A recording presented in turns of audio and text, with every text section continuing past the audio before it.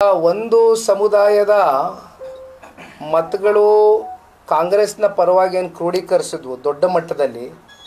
ಬಹುಶಃ ಇವತ್ತೇನು ಈ ಒಂದು ಅಂತರ ನಾವು ನೋಡ್ತಾ ಇದ್ದೇವೆ. ನಾವು 87,000, ಅವರು ಎಷ್ಟು 1,10,000, 11,000, 12,000 ಏನು ಪಡೆದುಕೊಂಡಿದ್ದಾರೆ. ಬಹುಶಃ ಅದೇ ಒಂದು ಸಮುದಾಯದ ಮತದಾರರು ನಾವು ಎಷ್ಟೇ ಅವ್ರ ಪರವಾಗಿ ಈ ಪಕ್ಷ ಸ್ಥಾಪನೆ ಆದಾಗಿಂದನೂ ಅವರ ಜೊತೆಯಲ್ಲಿ ಅನೇಕ ಸಂದರ್ಭದಲ್ಲಿ ನಿಂತಿದ್ದೇವೆ. ರಿಸರ್ವೇಷನ್ಗಳನ್ನ ಕೊಟ್ಟಿರ್ತಕ್ಕಂಥ ಉದಾಹರಣೆಗಳಿದೆ, ಸಾಕಷ್ಟು ವಿಷಯಗಳಿದೆ. ಆದರೆ ಇವೆಲ್ಲವನ್ನು ಇವತ್ತು ಅವರು ತೆಗೆದಾಕಿ ನಮಗೆ ಯಾವುದೇ ರೀತಿ ಸ್ಪಂದನೆಯನ್ನು ಕೊಟ್ಟಿಲ್ಲ. ಆದರೆ ನಮ್ಮ ಹಳ್ಳಿಗಳಲ್ಲಿ ಆ್ಯಸ್ ಇಟ್ ಈಸ್ ನಾನು ಅನೇಕ ಸಂದರ್ಭದಲ್ಲಿ ಹೇಳಿದ್ದೀನಿ, ಏನು ನಮ್ಮ ಚನ್ನಪಟ್ಟಣ ತಾಲೂಕಿನಲ್ಲಿ ನಮ್ಮದಾದಂಥ ಸ್ಥಿರವಾದಂಥ ಮತದಾರರಿದ್ದಾರೆ, ಅವ್ರು ನಮ್ಮ ಕೈ ಬಿಟ್ಟಿಲ್ಲ. ಅವ್ರು ನಮ್ಮ ಜೊತೆಯಲ್ಲಿ ಇರೋ ಕಾರಣದಿಂದನೇ ಇವತ್ತು 87,000ವರೆಗೂ ನಾವೇನು ಟಚ್ ಮಾಡಿದ್ದೀವಿ ಮಾರ್ಜಿನ್ನು. ಹಾಗಾಗಿ ಪ್ರತಿಯೊಬ್ಬರಿಗೂ ಕೂಡ ಈ ಒಂದು ಸಂದರ್ಭದಲ್ಲಿ ಧನ್ಯವಾದಗಳನ್ನ ತಿಳಿಸ್ತೇನೆ. ಎದೆಗುಂತಕ್ಕಂಥ ಪ್ರಶ್ನೆ ಇಲ್ಲ. ಈ ಪಕ್ಷ ಕಟ್ಟಿರೋದೇ ಹೋರಾಟದ ಹಿನ್ನೆಲೆಯಲ್ಲಿ.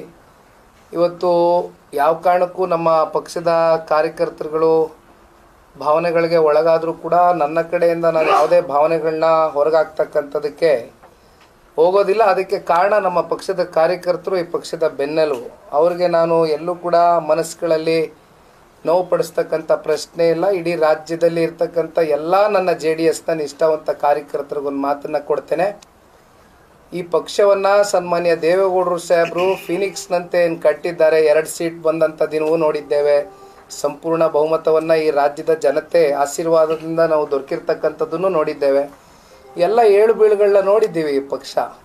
ಹಾಗಾಗಿ ಎಲ್ಲವನ್ನು ಕೂಡ ಸಮಾನ ಮನಸ್ಸಿನಿಂದ ಸಮಚಿತ್ತವಾಗಿ ತಗೊಂಡು ಹೋಗ್ತಕ್ಕಂಥ ಪ್ರಾಮಾಣಿಕ ಕೆಲಸ ಮಾಡ್ತೇನೆ. ವಯಸ್ಸು ಚಿಕ್ಕದಿದೆ, ಜೊತೆಯಲ್ಲಿ ಇವತ್ತು ನಾನು ಸಾರ್ವಜನಿಕ ಬದುಕಕ್ಕೆ ಬಂದಿರತಕ್ಕಂಥದ್ದು ಏನೋ ನಮ್ಮ ತಂದೆ ನಮ್ಮ ತಾತ ರಾಜಕಾರಣ ಮಾಡ್ಕೊ ಬಂದಿದ್ದಾರೆ, ನಾನು ಸುಮ್ಮನೆ ಅವರ ಹೆಸರಲ್ಲಿ ರಾಜಕಾರಣ ಮಾಡ್ಕೊಂಡು ಹೋಗ್ಬೇಕು ಅಂತಕ್ಕಂಥದ್ದು ಒಂದೇ ಪ್ರಶ್ನೆ ಅಲ್ಲ.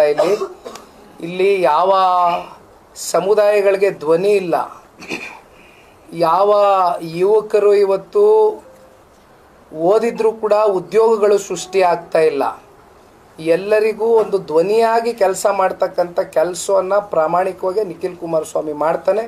ಅದರಿಂದ ಯಾವ ಕಾರಣಕ್ಕೂ ನಾನು ಹಿಂಸರಿತಕ್ಕಂಥ ಪ್ರಶ್ನೆ ಇಲ್ಲ ಅಂತಕ್ಕಂಥದ್ದನ್ನ ಹೇಳ್ತಾ, ಮಾಧ್ಯಮದ ಸ್ನೇಹಿತರಿಗೆ ಮತ್ತೊಮ್ಮೆ ತಾವೆಲ್ಲರೂ ಇಷ್ಟು ದಿನಗಳ ಕಾಲ ನಮ್ಮ ಜೊತೆಯಲ್ಲಿ ನಿಂತು ಬಿಸಿಲಿರಲಿ ಮಳೆ ಇರಲಿ ರಾತ್ರಿ 12 ಗಂಟೆ ಆಗಲಿ ನಮ್ಮ ಜೊತೆಯಲ್ಲಿ ಹೆಜ್ಜೆ ಹಾಕಿದ್ದೀರಿ. ತಮ್ಮೆಲ್ಲರಿಗೂ ಕೂಡ ಧನ್ಯವಾದಗಳನ್ನ ತಿಳಿಸ್ತೇನೆ. Thank you.